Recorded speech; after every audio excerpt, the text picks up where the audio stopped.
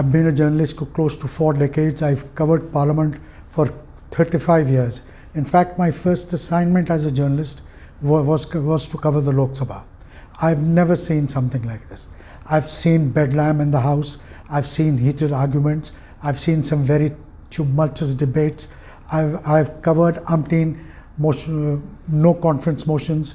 I've covered umpteen debates, umpteen budgets being presented, huge uproars happening, members crossing swords, trying to haul each other over the coals, but nothing like this. And more than a swanky new building, more than an upgradation of facilities and infrastructure as the new Parliament is supposed to contain, what India's Parliament needs is an upgradation, is a steep elevation in the level of debate, is a huge reinforcement to parliamentary values, commitment to parliamentary values, of allowing each other to, giving each other space.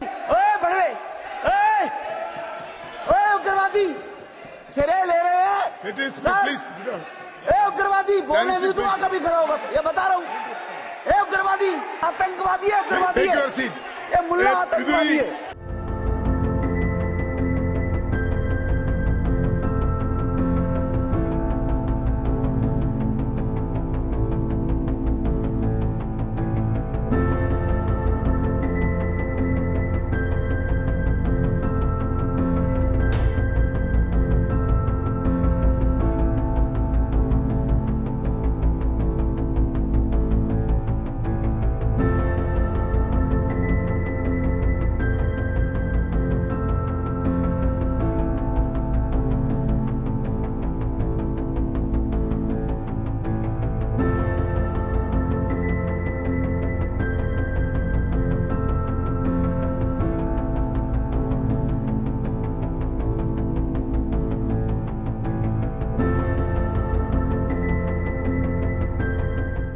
Parliament is actually supposed to sit for at least 120 days in a year.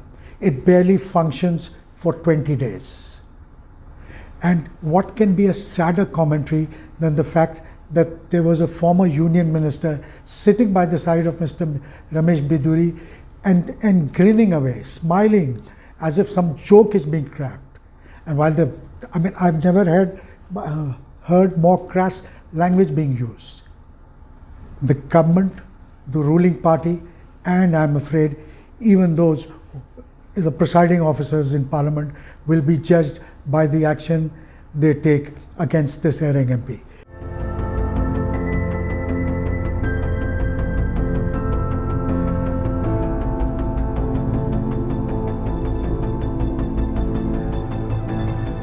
So what is the message they're trying to convey? That it's all right to commit a criminal act, it's all right to use foul gutter language the first time, it's all right to call somebody names, it's all right to call somebody a terrorist or to describe him by his religious denomination. Is it all right the first time? And I hope this is the last time that we see this. Because as it is, there's tremendous amount of cynicism about our parliamentarians, and this will only deepen that further. Parliamentarians cutting across party lines owe it to themselves, owe it to the country to do better. India deserves better.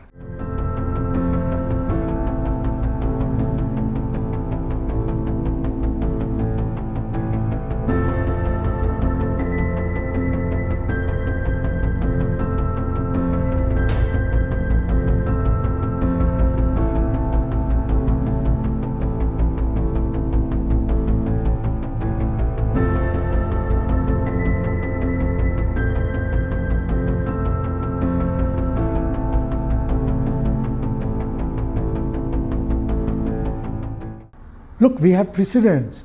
In the upper house as also in the Lok Sabha, members are named and turned out of the house. They are suspended for misdemeanors far less than this, for arguing with the chair, for questioning the chair.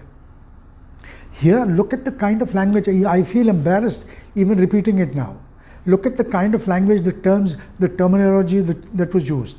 and all you're doing, you're not even rapping him on the knuckles, you've just warned him that okay, next time around if you do it, strict action will follow. You appear to a Muslim member by his, you refer to him by his faith, you call him an aatankwadi, an ugravadi, a terrorist.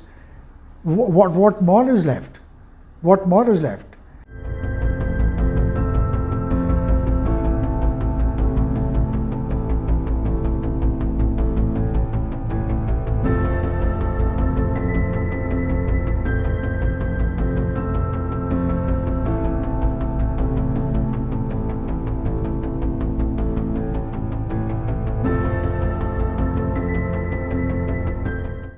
India didn't need a new parliament as much as it needs a change of heart, a change of behavior from some MPs.